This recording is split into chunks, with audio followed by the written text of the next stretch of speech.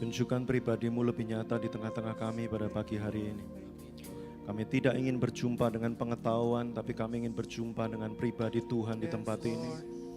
Izinkan setiap pikiran yang selama ini tertutup oleh selubung apapun, tapi pada pagi hari ini biarlah dibuka oleh kuasa Roh Kudus. Terobosi kami Tuhan. Saat firman Tuhan dinyatakan, izinkan Roh-Mu menerobosi setiap kami, memperkenalkan diri-Mu kepada kami Tuhan. Kami ingin berjumpa dengan-Mu di tempat ini. Tuhan, kuasai ruangan ini, kuasai setiap hati yang sudah ada di tempat ini menjadi milik kepunyaan-Mu. Tuhan, Kau berdaulat di tempat ini. Di dalam nama Tuhan Yesus Kristus kami menyambut Tuhan di tempat ini. Haleluya. Sama-sama kita katakan amin. Silakan duduk Bapak Ibu Saudara sekalian.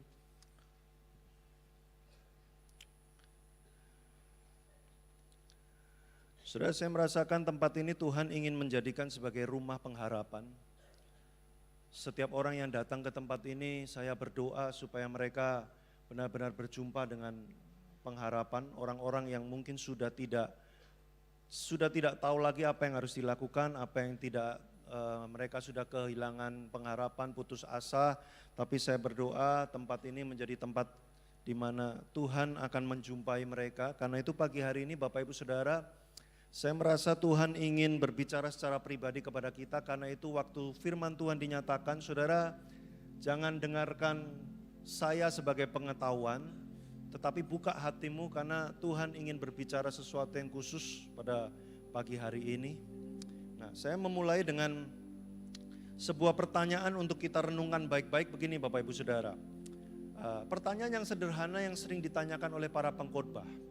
Apakah Anda percaya Tuhan itu baik? Saudara, kalau ada angka 1 sampai 10, 1 itu sangat tidak percaya, 10 itu sangat percaya sekali. Kira-kira kalau saya bertanya pagi hari ini, saudara, apakah engkau percaya Tuhan itu baik? Angkanya 1 sampai 10, kira-kira Anda akan jawab berapa tingkat kepercayaan Anda kepada Tuhan, saudara? 1, 2, 3, 4 sampai 10. Tentu tidak perlu Anda menjawab saya dengan berteriak ya, karena Anda perlu menjawab dalam hati Anda. Kalau Anda menjawab 10, Pak, saya sangat percaya Tuhan itu baik. Maka saya akan bertanya yang kedua, pertanyaannya adalah begini, yakinkah Anda percaya Tuhan itu benar-benar baik? Kenapa saudara? Karena mengucapkan percaya itu berbeda dengan merasakan di dalam hati, meyakini di dalam hati gitu ya.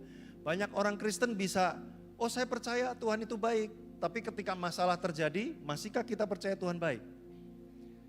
Kalau kita lagi doanya habis dijawab, kita dapat rezeki, kita berkatnya melimpah, kita bisa dengan gampang, kamu percaya Tuhan itu baik? Oh iya, Tuhan baik karena memberkati saya.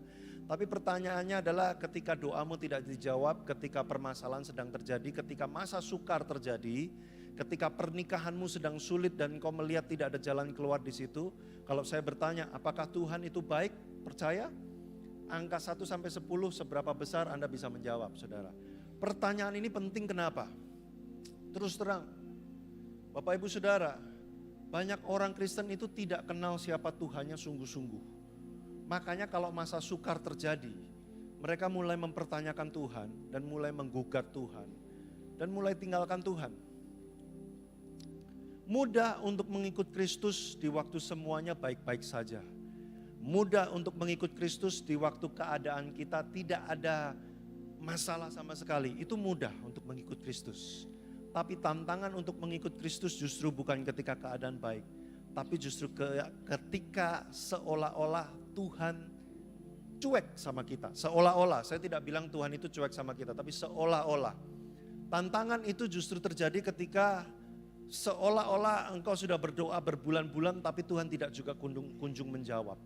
Di saat seperti itu, apakah engkau masih berkata, Tuhan, engkau baik dalam hidup saya, aku akan tetap mengikuti engkau kemanapun kau pergi, aku akan tetap menyembahmu, aku akan tetap melayanimu.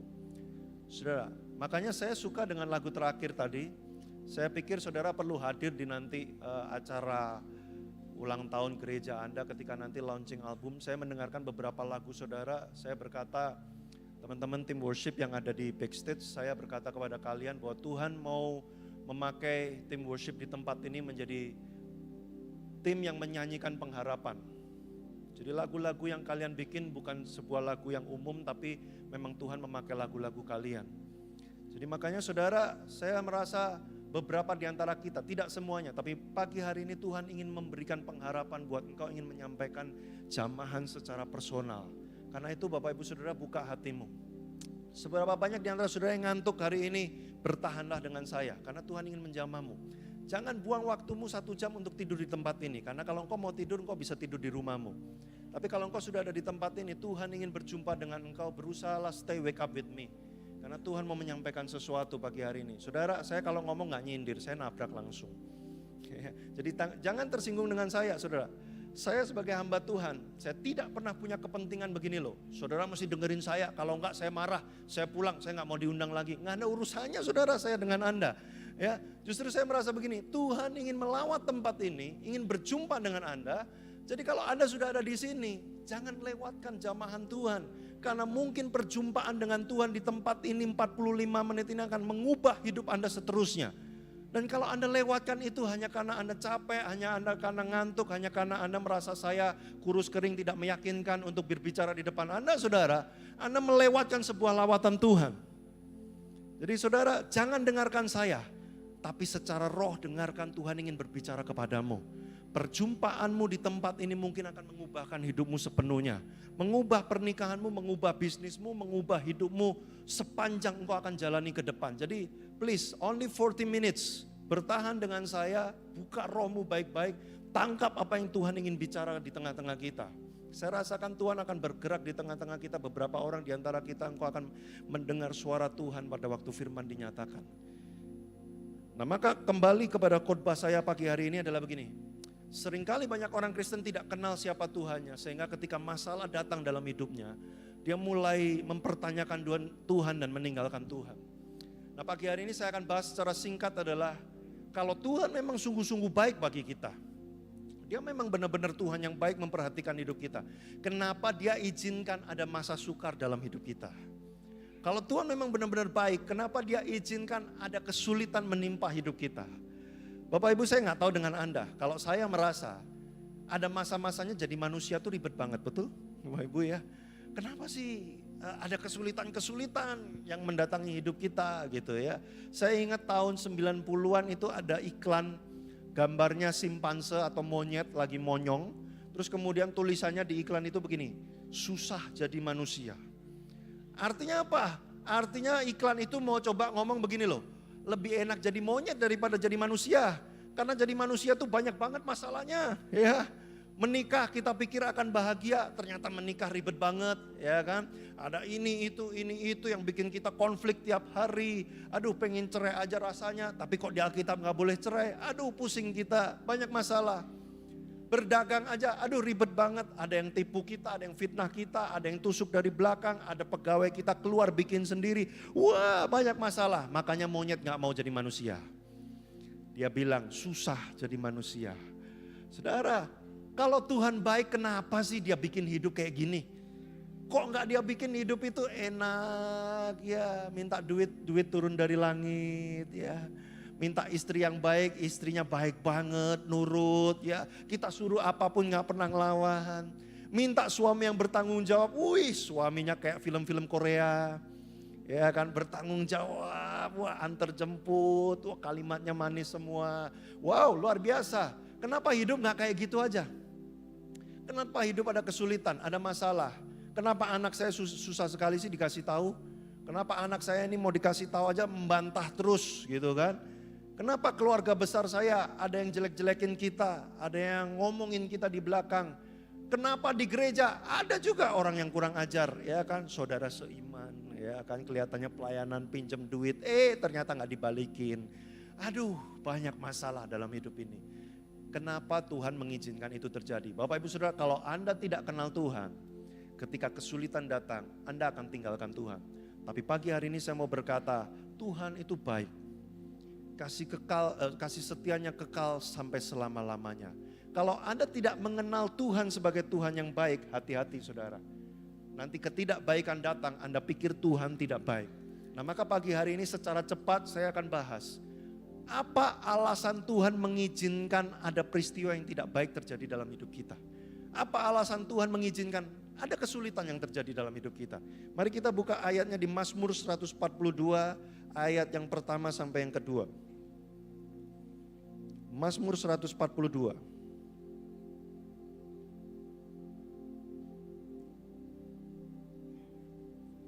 Thank you pemain keyboard yang sudah dari awal menemani saya. Jadi gak istirahat dia ya. Mazmur 142 ayat 1 sampai dalam kurung 142 strip 2. Ya itu sebenarnya di beberapa Alkitab ayat 2-nya. Tapi mungkin di Alkitab Anda ayat 1-nya ya gabung.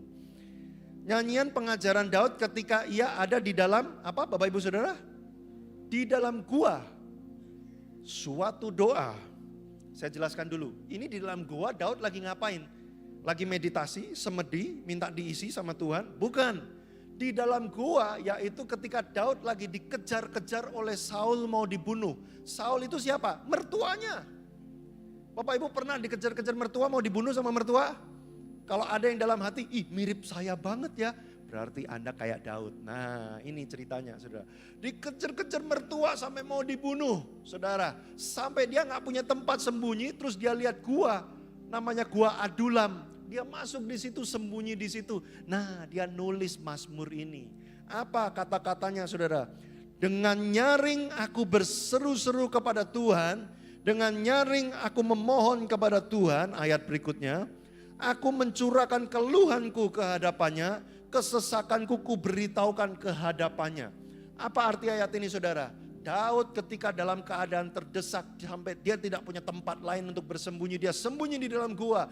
Yang dia lakukan apa saudara? Dia mendekat kepada Tuhan. Kenapa sih Tuhan izinkan ada kesulitan datang dalam hidup kita saudara? Kadang-kadang Tuhan itu sebenarnya sayang sama kita. Dia sebenarnya tidak tega melihat kita itu hidup menderita. Tapi kadang-kadang dia izinkan itu terjadi supaya apa? Supaya kita itu mendekat kepada Tuhan saudara. Loh kenapa kok gitu?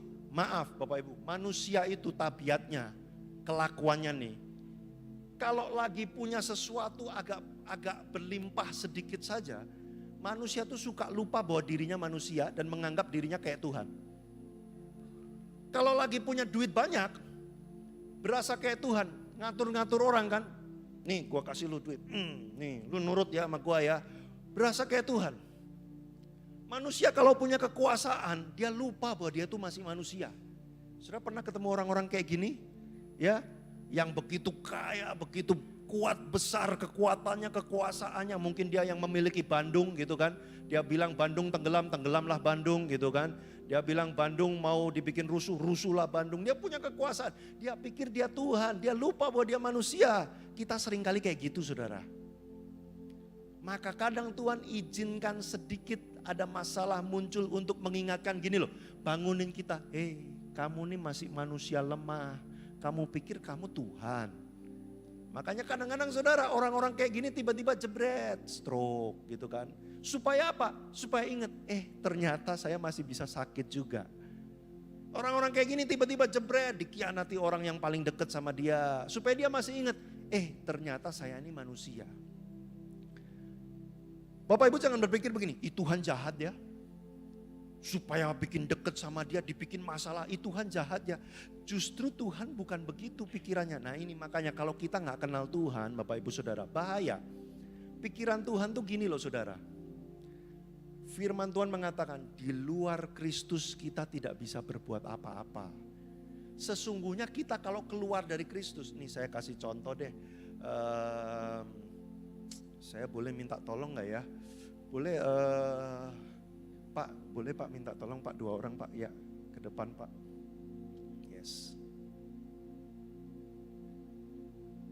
Nih makanya Bapak Ibu Saudara waktu Anda nyanyi lagu, Anda benar-benar percaya dengan teks yang Anda nyanyikan. Atau Anda nyanyi sambil kelenyeng-kelenyeng. Ya, sambil kelenyeng-kelenyeng tuh maksudnya gak sadar pokoknya ikut nyanyi karena semua orang nyanyi. Gini saudara. Nah Pak Joko ya.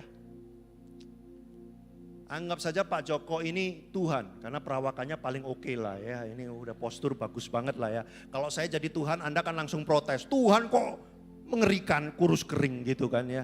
Nah ini jadi Tuhan saudara. Di luar Kristus, di luar Tuhan kita gak bisa berbuat apa-apa. Karena firman Tuhan berkata dialah sumber. Sumber sukacita, sumber pengharapan, sumber iman, sumber hikmat, sumber kekuatan hati kita. Dia sumbernya. Nah kalau saya deket-deket sama dia, nah ya jangan mikir yang aneh-aneh ya. Ini bukan pelaminan. Ya, saya dekat sama sumber. Dia sumber hikmat, maka saya jadi punya hikmat enggak? Dia sumber kekuatan, maka hati saya jadi kuat terus ya. Karena saya dekat sama dia, dia sumber. Makanya Alkitab bilang, di luar dia kita jadi tidak bisa berbuat apa-apa. Nah sayangnya banyak orang mikir gini, duit saya udah banyak, saya mimpin ratusan ribuan karyawan, saya bilang apa semua orang nurut, saya gak butuh dia lagi. Saya keluar di luar dia, saya pikir saya bisa berbuat banyak. Tapi Tuhan tahu, aduh kenapa sih kamu keluar? Coba bilang begitu Tuhan. Kenapa sih kamu keluar? Iya karena saya udah bisa berbuat macam-macam Tuhan.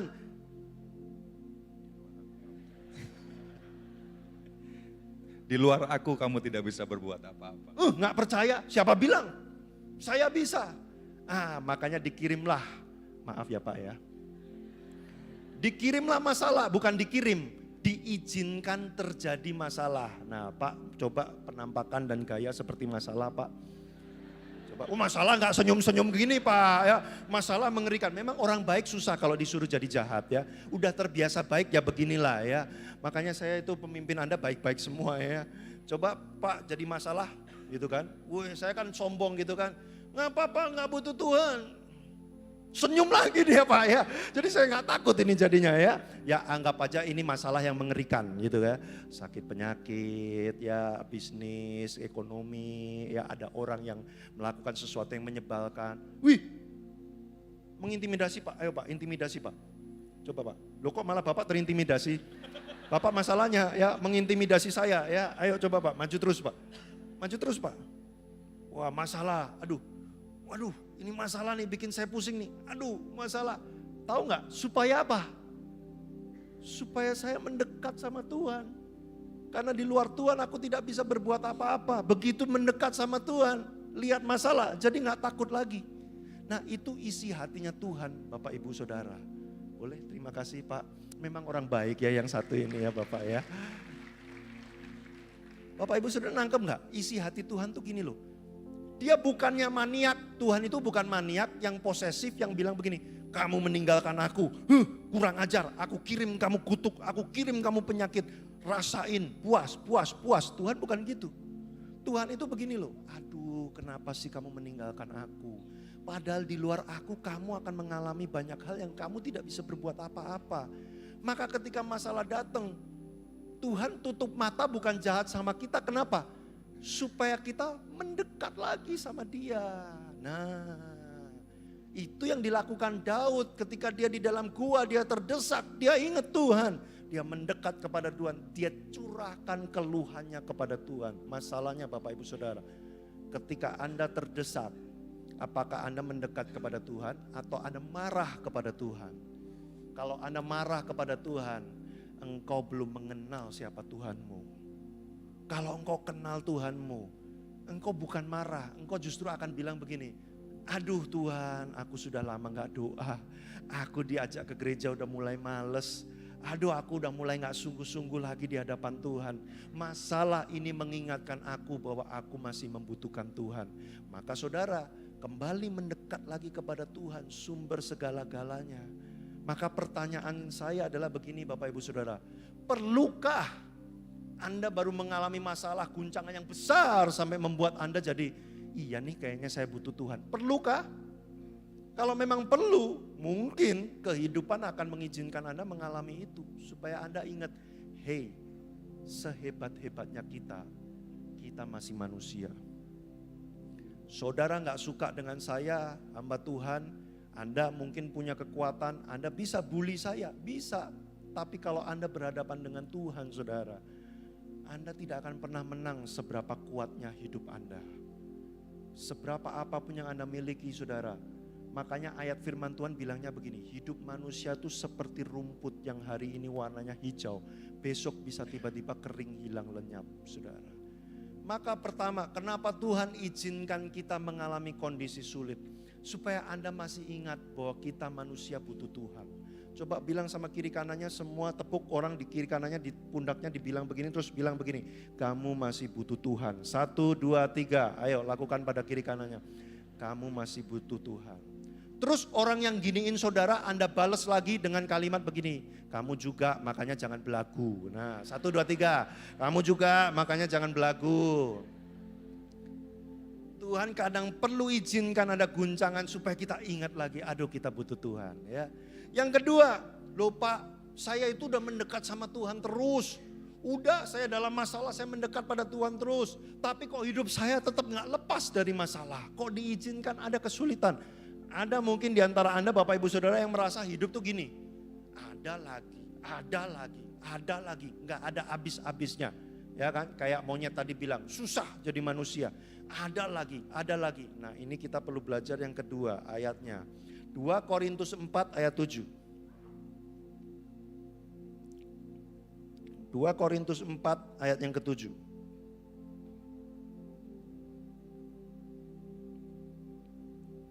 Saya minta kita membaca bersama-sama karena ini ayat penting sekali.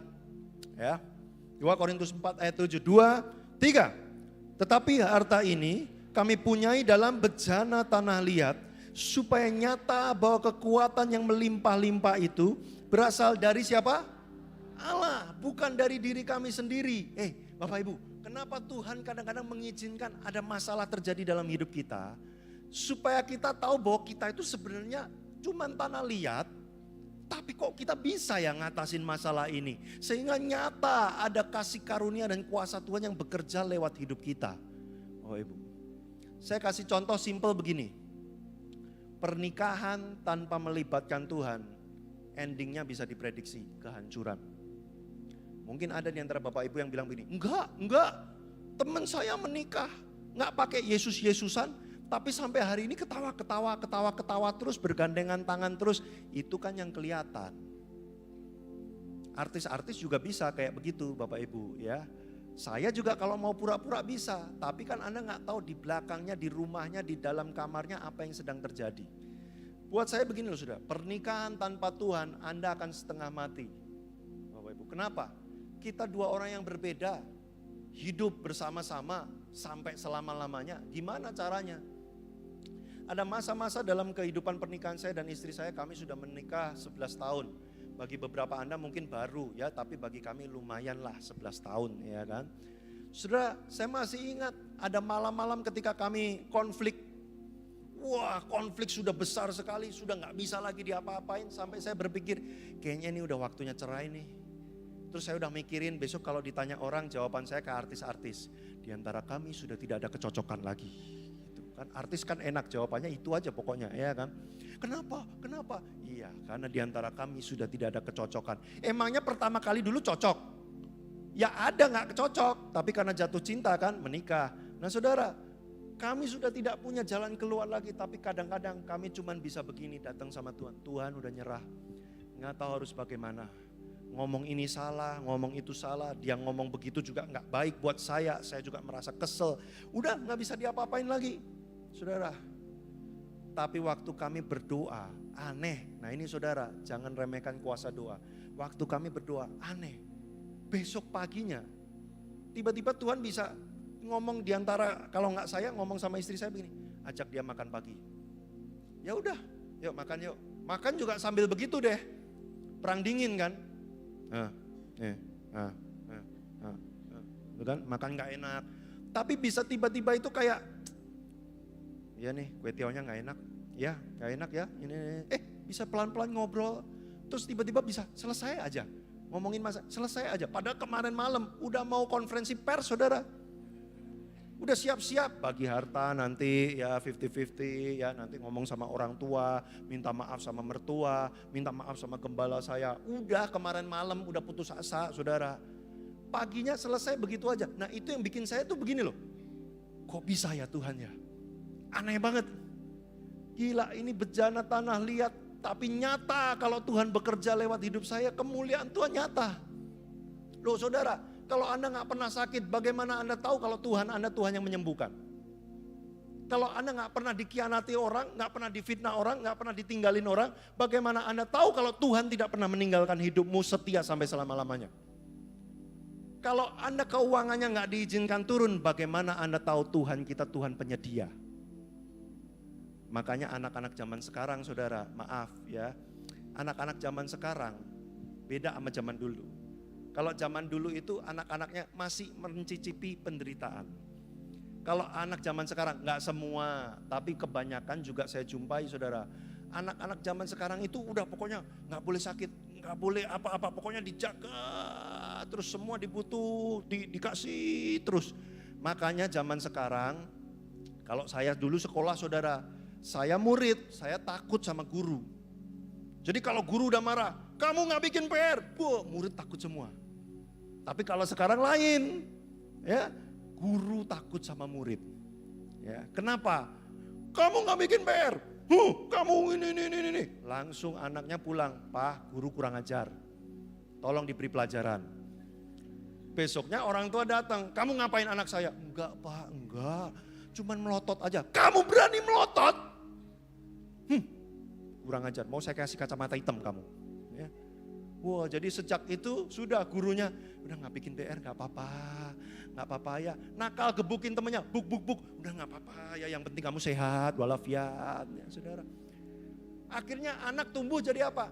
Nggak pernah ngerasain kesulitan hidup. Makanya anak zaman sekarang, anak muda zaman sekarang diajak ketemu Tuhan. Yuk ketemu Tuhan. Siapa itu Tuhan? Saya nggak butuh Tuhan.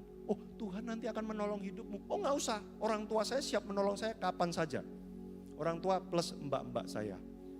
Bisa menolong saya kapan aja. Oh, nanti kalau kamu dalam kesulitan, Tuhan akan turut campur tangan. Saya gak pernah sulit. Hidup saya baik-baik aja. Oh, nanti Tuhan itu baik, setia, menemani. Oh, sudah banyak teman saya. Ya, sudah banyak. Gak usah diajak ketemu Tuhan. Susah, saudara. Kenapa? Karena jarang ngalami hal-hal yang sulit dalam hidupnya. Bukannya saya ngajarin Anda, ya sudah mulai sekarang anak saya bikin sulit. Hajar, ya, wah, bukan gitu ya. Nanti saya dibilang sesat. Maksud saya gini loh, saudara. Kadang Tuhan mengizinkan ada kondisi tidak baik supaya kita bisa melihat kebaikan Tuhan muncul lewat hidup kita. Kalau Tuhan bikin hidup kita enak terus, bagaimana Anda mengenal Tuhan? Anda gak akan kenal Tuhan. Makanya saudara, saya pada titik ini, saya sudah mengikut Yesus 24 tahun. Saya yakin 100% bahwa Tuhan yang saya sembah itu hidup. Nggak akan pernah saya tinggalkan Tuhan. Kenapa? 24 tahun saya mengikut Yesus, ada banyak perjalanan sulit yang saya lewati, saudara. Kelihatan kan dari posturnya? Bukan tanpa alasan ini, saudara. Papa saya kena narkoba sampai merusak syarafnya. Literally rusak, benar-benar rusak. Syarafnya rusak sampai dia lupa istri dan anak-anak. Dia bawa semua uang di keluarga kami, pergi tinggalkan mama saya dengan kami 4 bersaudara, gak dikasih duit sama sekali. Saya harus berjuang dari nol sendirian, saudara. Sulit. Waktu itu saya di tengah-tengah kuliah. Saya masih ingat kamar saya dulunya mewah banget. Wih, kamar mandi pribadi, telepon pribadi, pokoknya semua pribadi lah. Ya. Tiba-tiba saya dikasih tahu mama saya, udah kurang nih sekarang duitnya. Jadi tolong cari kamar yang lebih kecilan. Saya cari yang lebih kecil. Lama-lama masih kurang nih, tolong cari yang lebih kecil lagi. Sampai akhirnya saya dapat kamar, saudara, yang cuman cukup untuk kasur lipat. Sama 1 lemari, sama 1 meja, udah. Jadi kalau mau masuk ke kamar kos saya, saudara, buka pintu, nyantol dulu, dek. Karena natap kasur. Jadi harus masuk dikit-dikit, terus kasurnya dilipat, baru itu pintu bisa dibuka. Saudara, saya mengalami masa itu, tapi sekarang saya bisa ngomong begini, Tuhan baik. Walaupun saya kayak gitu, dia pelihara saya terus tuh. Buktinya saya tetap aja ketawa-ketawa hari ini, gak marah-marah, saya gak mati juga, saya hidupnya baik-baik aja. Berkat itu, bejana tanah liat, saya bisa lihat Tuhan berkarya dalam hidup saya. Saudara, Tuhan izinkan ada beberapa masa keuangan kami di keluarga saudara turun, titik terendah. Saudara, kami berdoa sama Tuhan, Tuhan kau berdaulat dalam hidup kami. Kayak Daud itu loh, Tuhan kau berdaulat, kami percaya kepadamu. Dengan cara yang ajaib-ajaib tiba-tiba Tuhan angkat keuangan kami. Wow, saudara, Kalau hidup kayak gitu, saudara akan lihat Tuhan itu seperti tiang awan, tiang api. Keren banget. Makanya saya itu kalau ngomong sama orang, terus saya ngomong tentang Tuhan, tanya Febri sama Diki yang nemenin saya kemarin. Saya ini sebenarnya lagi kondisi flu, makanya saya minta kursi. Tapi saya gak duduk sama sekali, kenapa saudara? Begitu saya ngomongin Tuhan, energi saya langsung keluar semua. Saudara, orang itu kalau ngalamin apa gak ngalamin, kelihatan. Anda makan bakmi, misalkan bakmi A siapa gitu kan, banyak bakmi kan depannya A. Acoy, apa gitu kan. Kalau Anda udah makan bakmi Acoy, enak banget. Ngalamin kan, wah enak banget ini bakmi Acoy, gila enak banget. Anda suruh ceritain, beda. Suruh ceritain gini, ceritain dong lu kemarin makan bakmi Acoy. Anda akan begini, enak banget, gila lu harus nyoba, enak banget. Karena ngalamin. Kalau orang gak pernah makan bakmi Acoy, suruh cerita, coba dong ceritain bakmi Acoy. Bilang ya enak, paling saudara cuma bilang gini, konon katanya bakmi Acoy enak. Gua sih gak tahu. Sudah tanya, Pak Yosua tadi sudah lihat saya di ruang hospitality udah teler gitu kan. Karena saya lagi gak fit. Tapi begitu saya ngomongin Tuhan, saudara saya juga gak tahu kenapa. Kayak ada energi yang melimpah-limpah karena saya lagi ngomong begini loh. Saudara pikir saya khotbah ini lagi pengen nyenengin telinga saudara. Enggak, saya lagi mau nyeritain Tuhan yang saya kenal ini modelnya kayak gini nih. Kalau Anda gak ketemu dia, aduh rugi banget. Makanya saya kayak marketing banget kan, saudara. Karena saya tuh ngalamin. Makanya kalau saya ketemu orang, terus diajak ngomong Tuhan, kelihatan ini orang ngalamin Tuhan apa enggak. Karena kalau dia ngalamin Tuhan juga, dia akan juga langsung, bener Tuhan kayak gitu, bener, wah semangat. Terus kita bisa gebrak-gebrak meja kayak orang gila gitu kan, semangat. Tapi kalau saya semangat, terus ini orang, oh gitu ya, oh gitu ya, oh gitu ya. Wah ini belum ketemu Tuhan nih, pantesan gak mudeng dia, gak ngerti dia. Sudah saya tidak bisa paksa, saya tidak bisa paksa Anda. Karena perjumpaan dengan Tuhan itu sesuatu yang personal. Tapi maksud saya gini loh, kalau Anda udah pernah ngerasain di titik terendah, terus lihat Yesus datang, tolong angkat hidup Anda. Gila saudara. Anda kalau ketemu dia, gak mungkin Anda bisa tenang. Gitu gak mungkin saudara. Anda ketemu dia kan kayak langsung, weh ini Tuhan ini. Apalagi ada kalimatnya di teks kan, Tuhan yang perkasa. Bener, saya kenal karena waktu saya dulu keleleran, Tuhan tolong saya. Bener itu, Tuhan penyedia. Bener, saya mau menikah, saya gak punya duit, Tuhan bikin mujizat. Luar biasa. Itu saudara, saya tuh pengen loh orang Kristen tuh kayak gitu. Datang ke gereja itu bukan karena hari Minggu dan karena orang Kristen. Tapi datang ke gereja karena gini, aduh udah seminggu ini Tuhan tolong saya macem-macem. Saya ketemu Tuhan, berjumpa dengan Tuhan. Punya waktu hari Minggu untuk rayain Tuhan. Dateng rame-rame sama yang lain. Saya pengen kayak gitu loh saudara. Makanya Anda lihat saya khotbah kayak orang gila kan. Karena saya kenal siapa Tuhan saya saudara. Beberapa orang akan bilang begini, lu ngapain sih Pak? Tulang udah mau keluar semua, baik-baik aja lah, gak usah kayak gitu. Gak bisa saudara.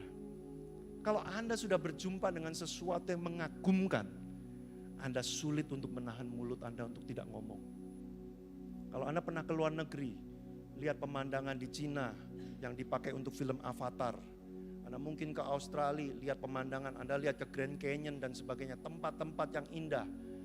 Sulit untuk Anda tuh begini loh. Keren ya? Orang keren ya? Iya, keren. Bagus. Nggak mungkin. Serahkan. Wah, bagus banget ya. Ayo foto-foto. Wah, keren banget. Sudah nangkep maksud saya nggak? Itu perjumpaan dengan Tuhan. Kadang-kadang lewat kesulitan lah itu bisa terjadi. Waktu sudah gak punya jalan keluar lagi, tiba-tiba Tuhan datang kayak pahlawan. Makanya saya seneng ayat yang bunyinya begini. Tuhan Allah datang bagai pahlawan yang memberi kemenangan. Itu saya seneng banget tuh. Karena saya rasain dalam hidup saya. Waktu saya udah kritis, tiba-tiba dia datang seperti pahlawan menolong hidup saya. Kayak Avengers itu loh. Saya makanya kalau praise and worship saya datang lihat Tuhan itu kayak, aduh Tuhan, dahsyat engkau gila luar biasa. Nggak tahan saya saudara. Apalagi suruh nyeritain tentang Tuhan kayak gini. Saya bisa bikin saudara nggak pulang sampai jam 12 malam. Tapi tenang, itu tidak akan terjadi. ketiga, mari kita buka ayatnya. 1 Petrus 1 ayat 6 sampai 7. Habis ini saya akan selesai, saudara.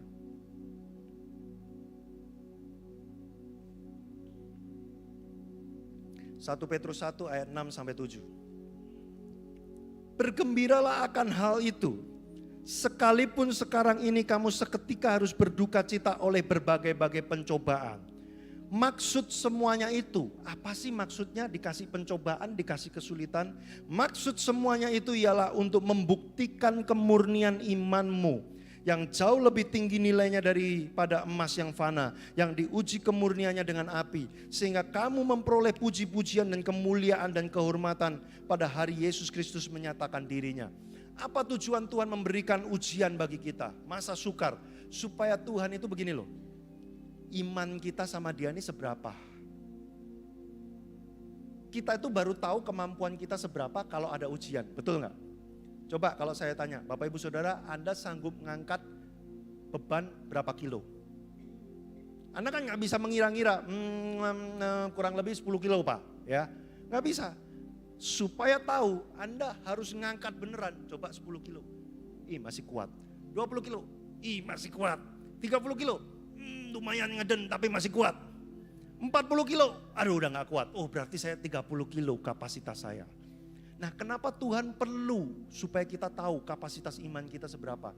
Karena begini, jangan-jangan iman Anda gak sanggup mengantarkan Anda untuk nyampe masuk kerajaan Allah.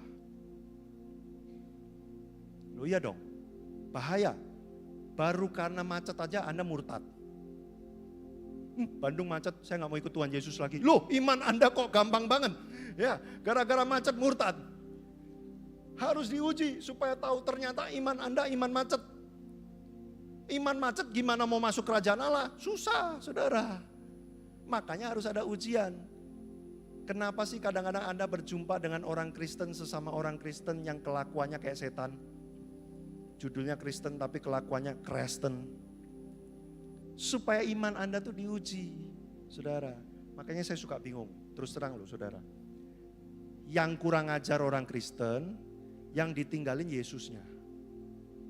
Saya gak mau ke gereja lagi, kenapa? Habis orang-orang di gereja kurang ajar. Loh yang kurang ajar kan orang di gereja, bukan Yesus. Lah kenapa yang Anda tinggalkan Yesus? Saya gak mau lagi, pendetanya selingkuh, punya anak di luar nikah ternyata. Gak mau lagi saya ikut Yesus. Lu yang selingkuh pendetanya kok yang Anda tinggalkan Yesus. Lah kalau saya jadi Yesus di surga sana, sedih saya saudara. Ini siapa yang bikin salah, kenapa baper, galau, tinggalin saya. Lah saya tetap menyertai setiap hari saya yang ditinggalin. Saudara, iman kita itu bukan iman gampangan. Makanya saudara, ini penutup nih. Penutup, dengarkan saya baik-baik. Kalau negara ini tiba-tiba diserang oleh musuh gitu ya. Ada tentara, musuh ingin menjajah Indonesia. Anda lebih pilih yang menghadapi penjajah itu Satpam atau Kopassus? Wah Indonesia lagi perang diserang. Terus Anda lebih yakin untuk utus Kopassus atau Satpam? Maaf, ini yang kerja sebagai Satpam jangan tersinggung loh ya. Ini cuman perumpamaan aja. Coba tiba-tiba negara lain menyerang, jreng, terus kita bilang begini, kirim Satpam untuk menyerang mereka, mempertahankan bangsa. Enggak dong, kita akan pilih kirim tentara yang terbaik. Gini loh saudara, di mata Tuhan, Anda itu Kopassus. Anda bukan Satpam. Latihannya Kopassus sama Satpam beda Pak. Saya pernah baca artikel, Kopassus itu latihannya gini. Salah satu latihannya, dia diturunin pakai helikopter, harus bisa turun sendiri. Di tengah hutan ditinggalin sendirian seminggu. Cuman dikasih bekal pisau belati, itu Kopassus. Suruh bertahan hidup seminggu. Coba Satpam Anda suruh begitu, turun dari helikopter. Terjun bebas dia. Suruh seminggu, cuman dikasih belati di hutan yang ada dimakan harimau dia saudara. Kenapa sih kadang-kadang Tuhan izinkan masalahnya itu kayaknya berat banget. Karena Anda Kopassus, Anda gak dikasih yang cemen-cemen saudara. Kalau Anda dikasih yang cemen-cemen berarti Anda harus tersinggung. Anda harus bilang begini, loh kok masalah saya gampang banget, berarti iman saya kecil sekali dong. Belum sanggup saya menanggung yang besar-besar. Jadi kalau Anda hari ini sedang menghadapi masalah yang sulit, bukan berarti saya ngajarin Anda berdoa sama Tuhan. Tuhan kirimkan masalah yang besar-besar, yang banyak-banyak. Bukan, Tuhan itu tahu kapasitas kita seberapa. Nah waktu dia mau latih kita, dia latih sesuai kapasitas kita. Suatu hari saya pernah marah sama Tuhan, saya bilang begini, Tuhan, kenapa sih hidup saya gak habis-habis masalahnya? Kenapa sih saya lahir di keluarga yang kayak gini, hancur begini? Kenapa sih saya mau mulai apa-apa susah, gak ada yang nolong? Saya marah sama Tuhan. Kenapa berat sekali beban yang kau berikan dalam hidupku? Lalu suatu hari Tuhan menjawab saya bilang begini, karena aku mau melatih engkau menjadi pahlawan. Jadi aku berikan engkau beban yang berat karena aku tahu engkau sanggup menanggungnya. Dan ketika engkau menanggungnya, engkau akan menjadi kuat dan engkau akan menjadi seperti pahlawan. Kalau saya mau di hadapan Tuhan, saya menjadi Kopassus. Saya tidak mau punya iman yang gampangan. Yang cuman karena hujan rintik-rintik saya batal ke gereja. Yang karena perilaku orang lain ngomong apa dikit saya tinggalkan Tuhan. Yang karena doa tidak dijawab saya tinggalkan Tuhan. Itu iman gampangan, saya gak mau kayak gitu. Saya sudah berjanji di tahun 2007. Saya bilang sama Tuhan, saya bilang begini. Tuhan, walaupun Engkau tidak jawab doa saya doa macam-macam Tuhan gak jawab sekalipun, saya akan tetap ikut Tuhan. Tidak tinggalkan Tuhan. Itu janji saya dari tahun 2007, saudara. Makanya sekarang, kalau saya ngalamin masalah, biasa aja saudara. Bukannya gak menderita, makanya masih tetap kurus. Ya. Tapi begini loh saudara, hati saya tuh, gak apa-apa, saya tahu kok, saya kenal kok Tuhan saya siapa. Saudara. Mazmur 23 mengatakan, dalam lembah kekelaman, engkau tidak akan gentar karena Tuhan besertamu. Pernah masuk rumah hantu? Ada yang pernah masuk rumah hantu? Kalau hari ini saya bikin rumah hantu, saya tawarin pengen masuk sendirian atau sama teman. Ada yang sendirian aja pak, ya. Pengennya kan sama temen. Udah rame-rame sekalipun masih dorong-dorongan. Lu dulu ya, gua di tengah-tengah aja, saudara. Saudara yang pernah masuk rumah hantu, saudara akan paham Mazmur 23. Begini loh saudara, waktu Anda masuk rumah hantu, kalau ada temennya, yang saudara lakukan apa? Sudah bersembunyi di belakang teman saudara, sudah tutup mata, lalu jalan melipir dikit-dikit. Ayo maju lagi, ya. Sampai akhirnya saudara keluar. Yang ngadepin itu setan siapa? Setan jadi-jadian, teman saudara. Mazmur 23 bilang begini, dalam lembah kekelaman, kamu tidak akan gentar. Kenapa? Karena aku menyertai engkau. Artinya dalam lembah kekelaman, sudah jangan khawatir, sudah tinggal pegang Yesus, tutup mata, jalan aja melipir-melipir. Suara ngerinya masih kedengeran. Itu gagak atau setan, ya kan? Suaranya masih kedengeran, tapi tiap saudara pegang orang di depan saudara, Kristus itu, saudara akan berasa, nggak apa-apa, masih ada Tuhan, tenang aja, masih ada Tuhan, tenang aja, melipir pelan-pelan sampai ketika dibuka pintu jegreng, Dia menuntun engkau kepada padang yang berumput hijau, air yang tenang, Dia menyediakan hidangan di hadapan lawan-lawanmu. Itu Tuhanmu, saudara. Kalau engkau kenal Tuhanmu yang seperti itu, maka Alkitab berkata, siapakah lawanku? Kepada siapa aku harus takut kalau aku punya Tuhan yang seperti itu? Itulah kekristenan saudara. Keren kan? Seru kan? Jadi kalau Anda gak excited, saya bingung saudara. Harus dikasih obat apa lagi? Saudara, Tuhan kita itu seperti itu. Maka jangan tinggalkan Dia waktu masa sukar datang. Justru waktu masa sukar datang, saatnya memegang bahu Dia. Mendekat sama Dia, jalan bareng sama Dia, engkau akan dibawa kepada kemenangan demi kemenangan saudara. Karena Tuhanmu seperti pahlawan yang memberikan engkau kemenangan saudara. Mari kita datang pada Tuhan.